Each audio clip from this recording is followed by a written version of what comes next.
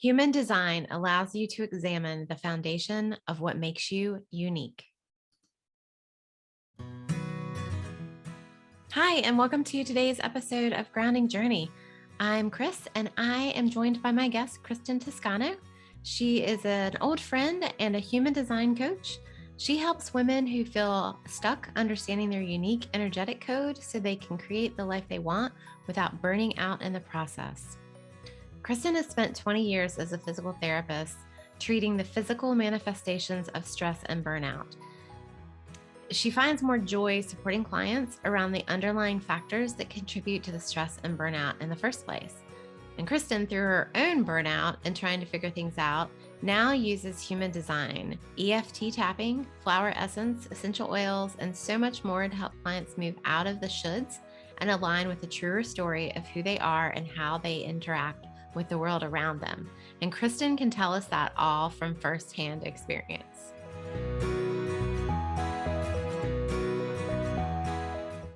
So Kristen, I've given you the formal introduction, and what I love about getting to talk to you today is that I know you, I've watched you on this journey, and it's going to be really fun to have this conversation. So let's start with who are you really? Because like I said, I gave your formal introduction, but tell us who your friends know you as. Yeah, thanks, Chris. I'm really excited to be here. And especially, like you said, we have this history. So it's cool to see, you embark on the podcast journey and then to be here to chat. I'm really excited. So who am I? That is, I'm sure we'll get into it, but it's part of what I've been discovering about myself over the last probably 6 years since we've met. Because I spent a lot of time living in who I thought I should be. But for me, who am I? I love travel. My husband and I sold our house in December of 2019 to go on the road full time with his job, not knowing what was coming. So we've had a little bit of adventure now back at my parents' house. I'm super tight with my family. We don't have kids, but my nieces and nephews are my kids, especially my 10-year-old and 12-year-old niece who've been living with us at my parents' house on and off over the last year while my sister and brother-in-law were working. So family's super important to me. And yeah, just getting to know other people. I'm a networker. We'll get into human design later, but I have a fourth line in my profile. Like that is the core of who I am. I have resources for everything, whether it's people or things. If you need something, I know someone or something that can help. I love that because you have totally spot on explained who you are. Your family is all your heart. You have this little adventuring soul, and fortunately, your husband's job allows you to kind of move around and explore that.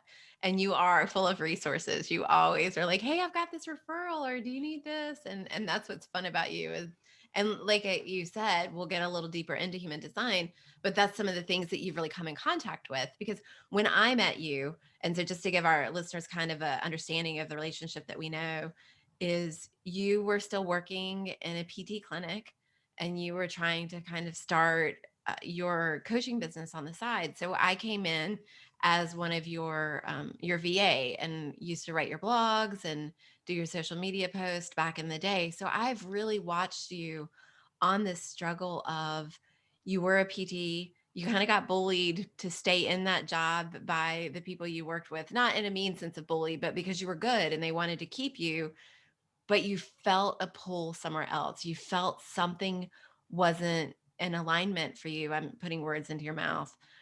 So instead of me putting words into your mouth, why don't you tell us a little bit about that journey of being where you should, air quote, thought you should, to feeling that tug and kind of going through all that. Yes. And that sounds like a whole lot. You can just take like a little segment of that and then we'll break it into pieces. But let's talk about that, the should part for you first. Yeah, sure. So I worked as a physical therapist for 20 years.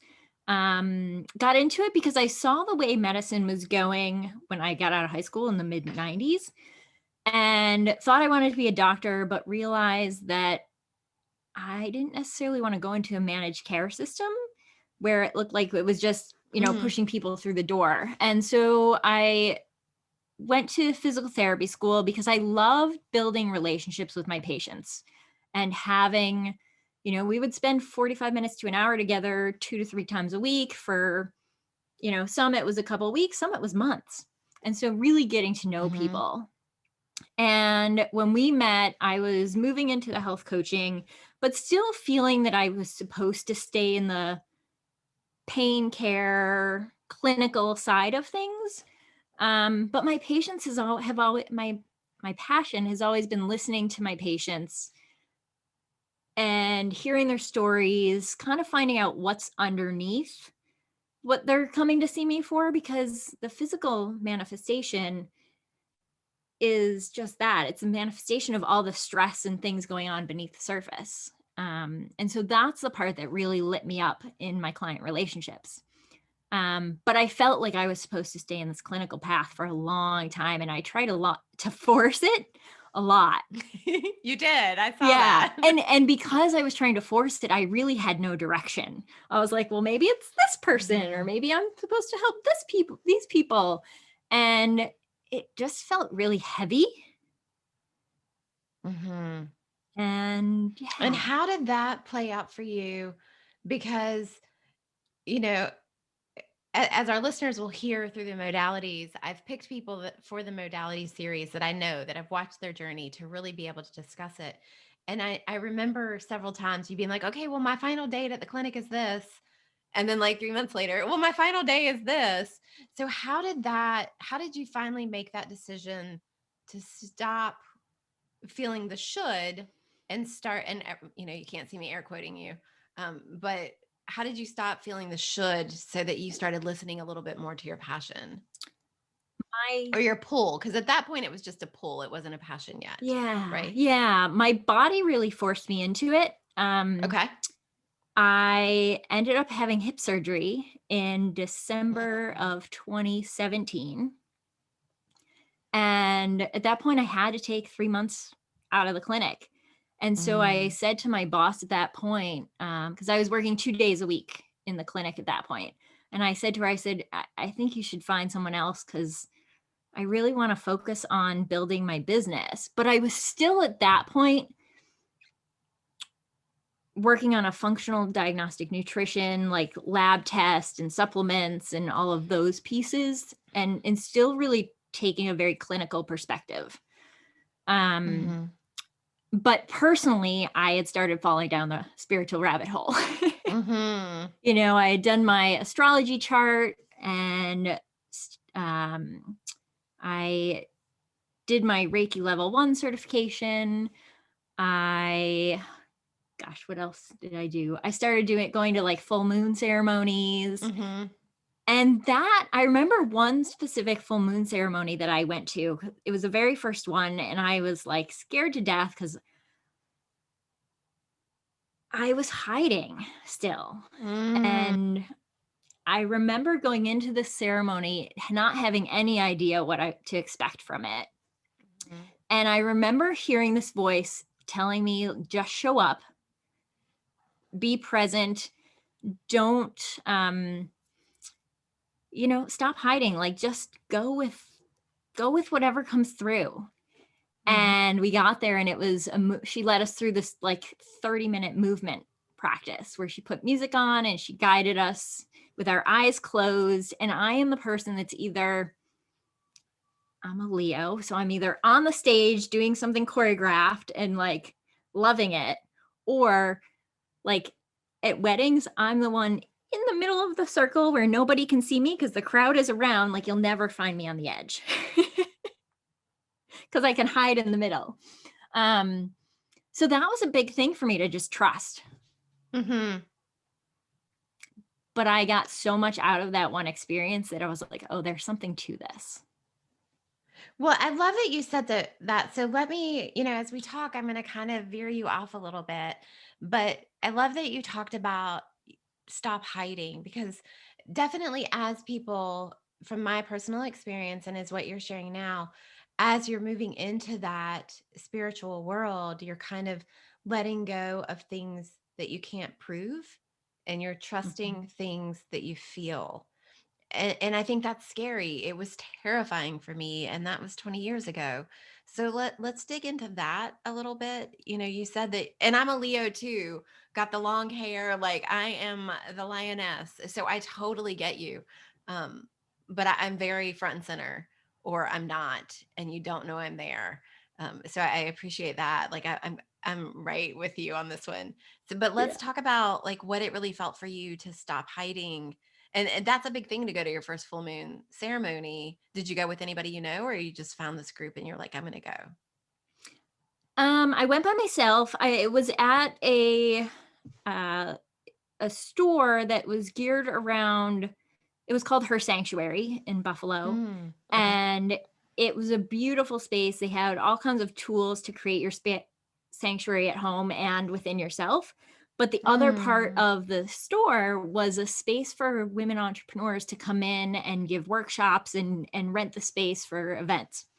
And so I had been doing some nutrition workshops there, and it was an event there that one of the other women who were coming in and using the space for events was hosting. And so I said, Okay. I'm going to just check it out because they Yeah. were building such a cool community of women. Yeah. So that was a comfortable space for you to go to. So where did it go for there? Because I mean, I love. I'm a new mooner. I'm not necessarily a full mooner. Um, sorry, I just realized what I just said.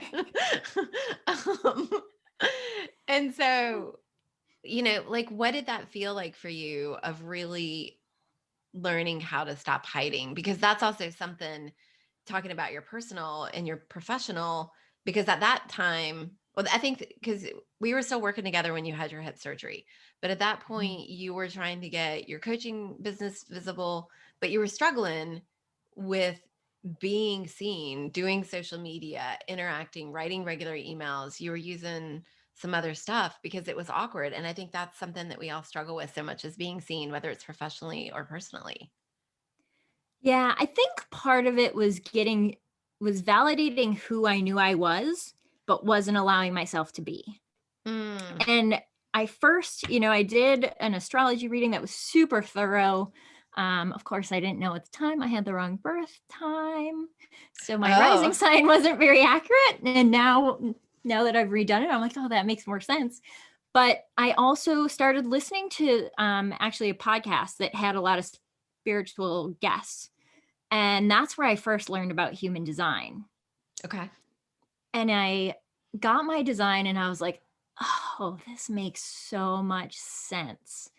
And I was able to kind of stop judging myself a little bit for being who Mm. I was. Hmm. And it's a process, right? Like, it's not like one day it's like, oh, okay, now I'm hiding, now I'm not. But it was this gradual, like, okay, it's okay to be who I am because Hmm. I can see on paper that this is who I am. Um, And so it was just a gradual, like, okay, let me just try this and see what happens. And like the world didn't end. Right.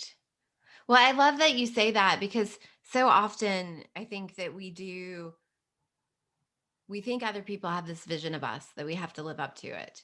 Kind of like you, and you're in the clinic, you kept doing it for your patients and for your boss because you wanted for them to, feel you were fulfilling what they envisioned of you. And then learning that it's time for me not to judge myself, but to be myself. And that's hard. Like that's a life experience. And it's neat that human design is what gave you that definition of who you were and gave you the okay. So let's, before we go too much farther, because I know some of our listeners have heard what human design is. So we'll go back to your journey through discovering your human design, but give us a couple moments of what human design is. Explain it for those who've never heard of it. Yeah. So human design it's the synthesis of astrology, the Chinese I Ching, the Hindu chakra systems, the Judaic Kabbalah, and quantum physics kind of all blended together. That's a Um, lot. it is a lot, and it can be very heady. Um, but there's also very practical ways to use it, which I didn't necessarily find the practical application part of some of the other systems that I learned kind of individually. Hmm. And so that's what really drew me to human design, because I am a very practical person. I'm the person that asked for a vacuum cleaner for Christmas one year when I got a new house. Like, give me the practical things. And so I loved that, like, learning my human design allowed me to know how to make decisions that were, air quotes, right for me. And how my energy worked, and that it was okay that I kind of was interested in a lot of different things, and I was doing a lot of different things all at the same time, and I didn't necessarily follow things all the way through to completion. Like, that's okay, because that was part of how my energy worked, and I needed some of those things just to burn the energy. um and so I like that there were practical things, like, now I know how to make decisions without staying stuck in my head.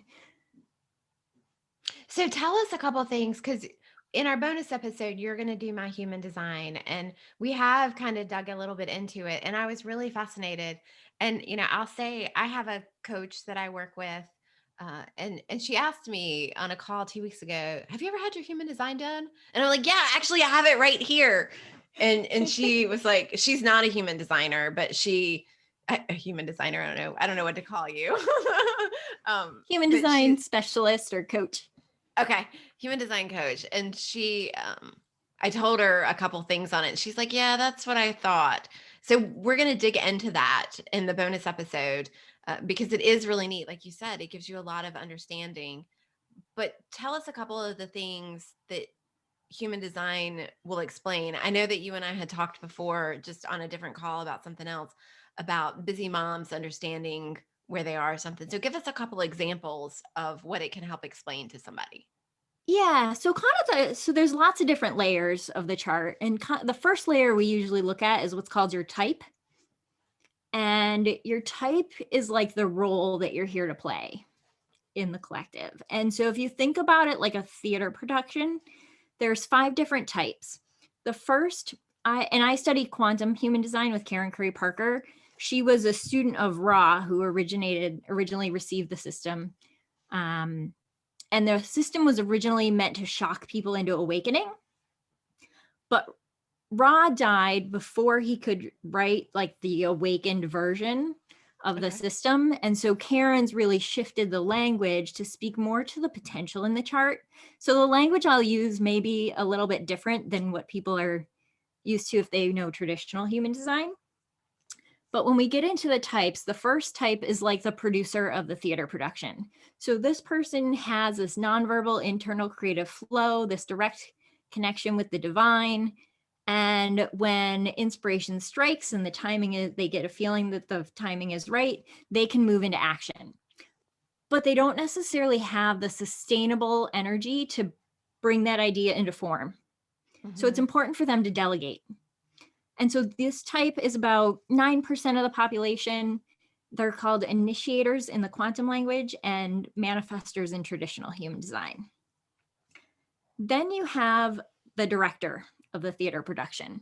And there are projectors in traditional human design, and we call them orchestrators in quantum human design. And so if you think of like the director, they hold the template for what's possible. They see the potential roadblocks, and they hold the vision and guide us into creating it. But also, they don't have that sustainable energy to build it either. They're meant to guide. And that's about 20% of the population. Then there are alchemists, which are generators, and time benders, which are manifesting generators in traditional human design.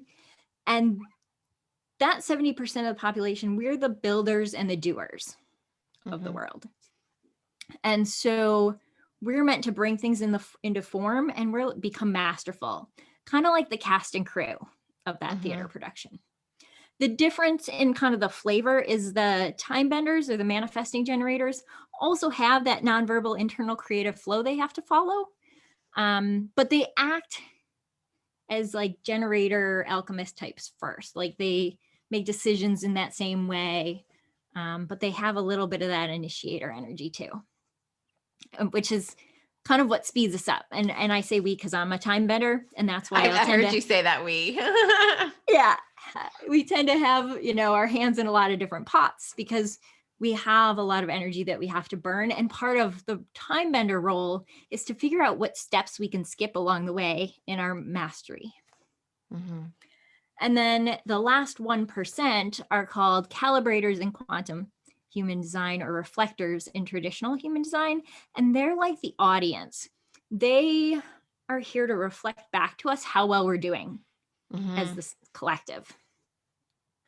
So I know that for you, let's kind of talk about discovering. You said that human design gave you the ability to stop judging yourself. So did you go to human design and did you have your human design read and then it gave you explanation? Like, tell me about that part of the journey of deciding.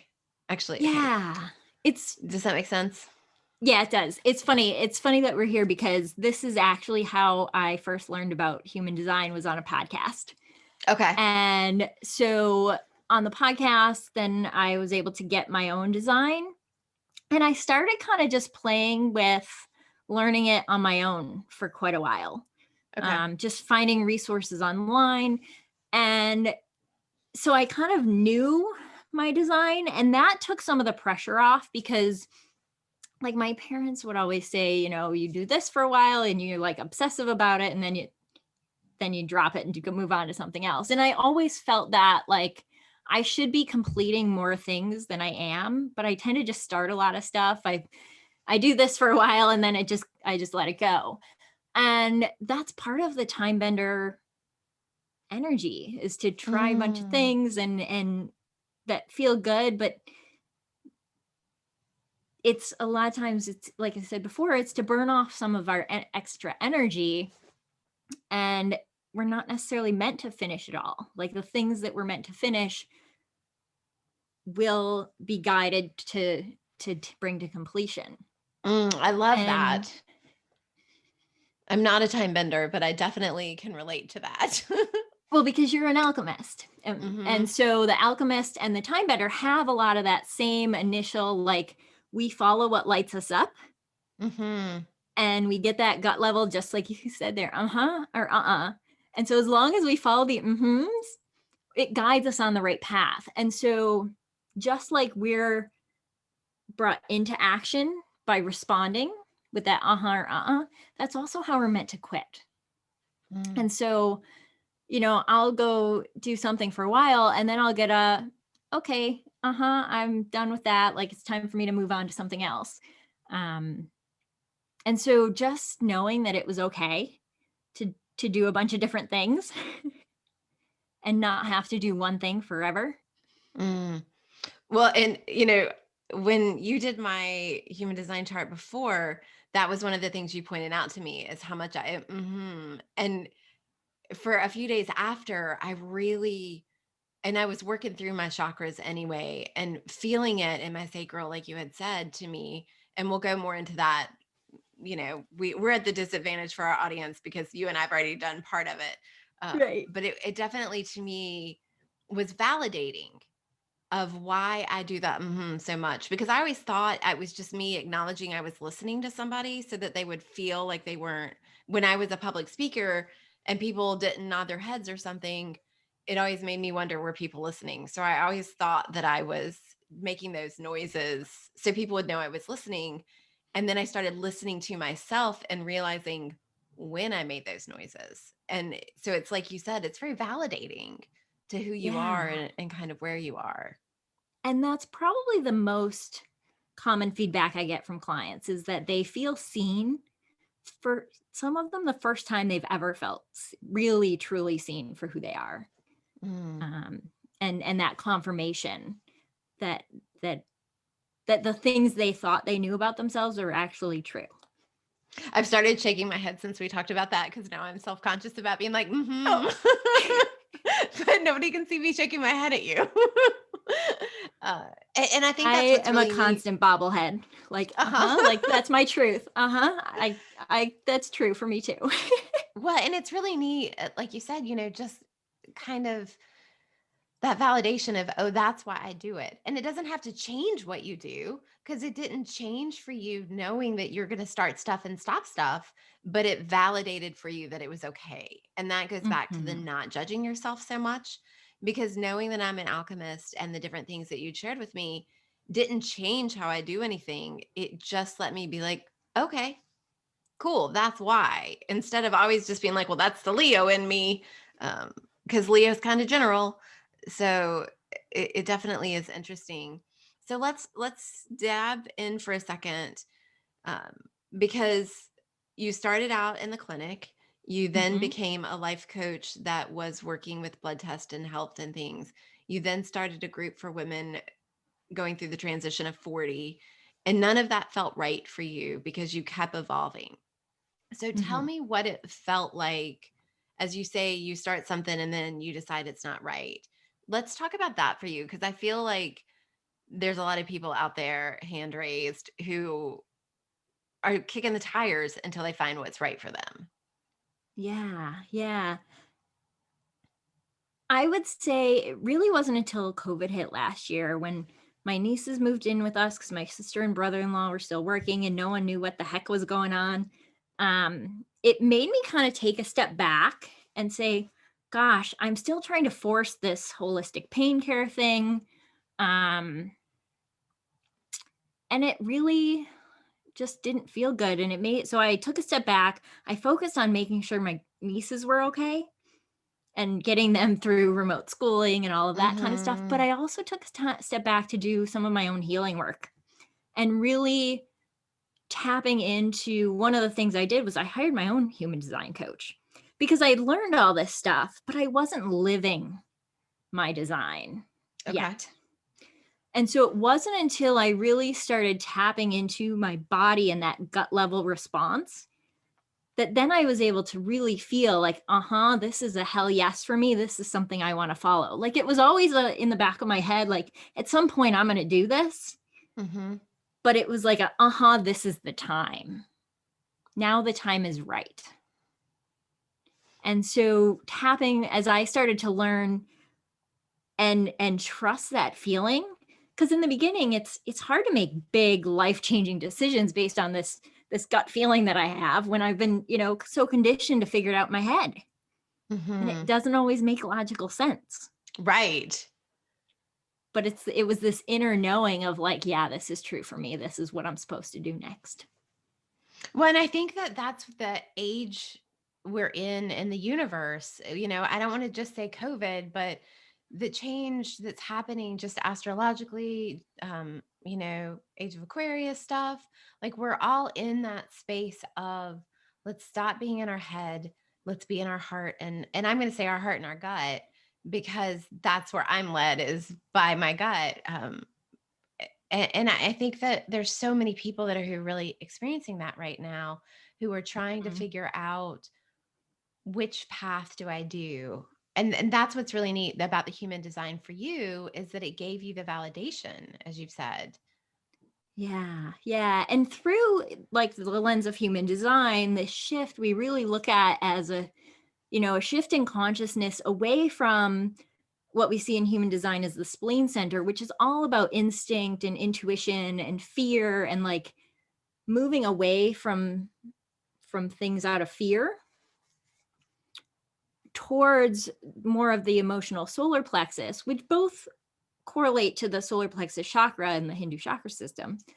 But the emotional solar plexus is more about things feeling good and shifting more towards well-being as opposed to fear and instinct. Um, so yeah, like really we're in this incredible moment of shifting consciousness. Mm. We are. And it's so powerful when we take that moment to open up and see it.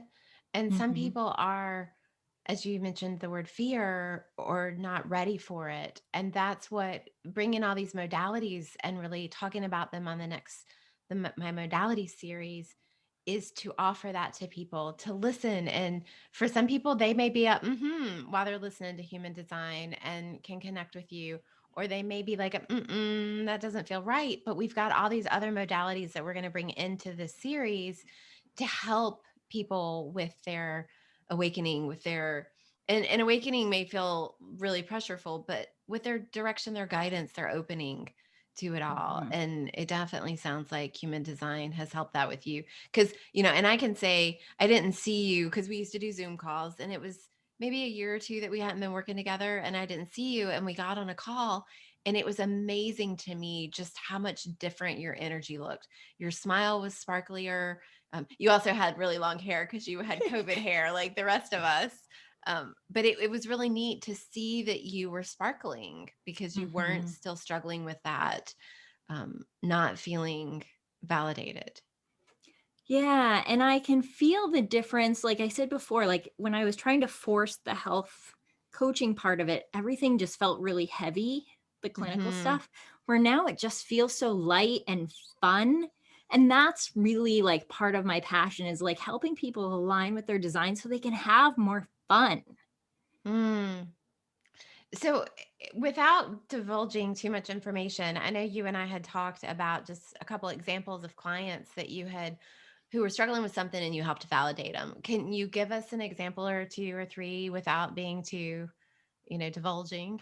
Yeah, for sure, for sure. So I would say it kind of depends. I've had a couple different clients depending on type too. It's been interesting. I do work with business owners, and what's been showing up for me a lot lately is business owners who are working on their branding and their messaging Hmm. because we can look at their design and look at where their sun and their earth placements are, look at their Mercury, and really get a feel for what's your soul and life purpose and what are you here to communicate. And so through that story, they can start to craft their message. I've also been working with business owners on decision making and decisions they can trust because as you saw me go through like shiny object syndrome, I should be doing this for a while. I should be doing this and this and this and this. And it's like, I don't have energy to do all of them. How do I know what strategies I'm supposed to use? And Hmm. so I did we can tap into our sacral response if we have it and make decisions that way. Or um, orchestrators, for example, they need to talk to figure out what's true for them. And so having that, creating that space for them to talk it out and see Hmm. what feels good. So that's one type of client I would say are business owners trying to make decisions and get out of shiny object syndrome. The other type of client that has come to me more than once are young moms or moms with young kids. Moms aren't necessarily young, but they have young kids and they don't have that sacral response. They're an open sacral being. So most of them have been orchestrators or projectors in traditional human design. And because they don't have that consistent, sustainable workforce, life force energy, they need more support. And so, they feel like they have to take on all of it themselves. And just Hmm. understanding that it's okay for them to ask for help and it's really critical, or they're going to burn out. And a lot of them were already in that burnout. Right. So just understanding that, like, it's okay. They're not meant to work a 9 to 5 job Monday through Friday and raise small kids or start a business or have a side hustle at the same time. And so figuring out how they could work with their energy so that they weren't burning out as fast and as often was helpful. And I think that one is so important because I think that we, not just as moms, but as women, take so much on, and maybe it's just my personality, but all the friends that I attract because we kind of huddle together. It's so easy to take on so much and burn out, and then to have your human design realize that part of it, it's kind of like when you're on your cycle of knowing, oh, I'm weepy today. Like, I'm not going to really take everything personal. I'm going to know that this is going to pass. So, being able to kind of understand that about your own personality. And, there's Myers Briggs and all those other tests out there.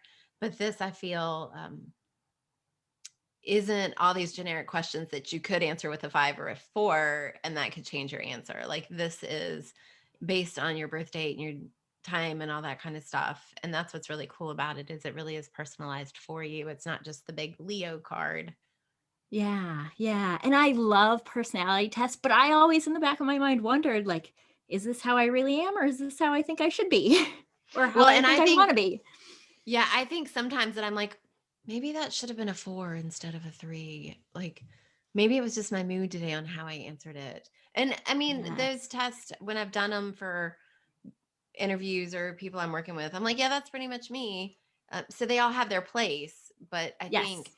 in the spiritual level of who you are, human design is really neat. Myers-Briggs is great because that's who I can be when I'm pushing and I'm in that brain set. But when I'm in my Mm-hmm. heart set, then definitely the human design is much more leading for me. Yeah. And my Myers-Briggs has changed over the years. Mm. I've noticed. Like I did it, back probably 20 years ago. And then I did it again recently, and it didn't totally, like, not all four components changed, but there was definitely a shift in a couple of them for sure. Hmm. Well, it's really interesting to talk about human design. And I know that you're going to spark some interest. And so, where can our listeners find you? Where are you hanging out that they can find you to Yeah. connect with you? So if they're curious and they want to get their design, probably the easiest way is to go to my website, kristentoscano.com. And on there is a form where they can send me their birth information. I'll pull their chart and email it to them with a couple PDFs that explain what it is and how to understand it, at least on that initial level of, how their energy works and how they can make decisions. And then I am on Instagram at Kristen Toscano and Facebook. My business page, my name is Kristen Toscano, but it's facebook.com/life by your design. Nice. And we'll make sure we have all those links available in our show notes at groundingjourney.com. So if didn't write down how to spell your name or something, they can definitely find you. But it's definitely interesting human design. And I'm looking forward to our bonus episode because we'll dig a little bit deeper into that so people can really see. And they'll hear a lot of me going, and explain why I do that, as we kind of mentioned earlier. So, Kristen, thank you so much for being part of the modality series. Thank you so much for taking time to share about human design and human design coaching and what it's done for you and your journey. And I'd love to see that your smile is so much sparklier than before. So hopefully that will be able to help others as they are ready and searching for you. Well, thanks so much again for having me here, Chris. This was really fun. And I always loved our conversations. And, even from the first time, even though I wasn't doing the work I was supposed to be doing, I knew we were supposed to connect. Absolutely. Well, I'm glad that we are still connected, and thank you for your time today. Thank you.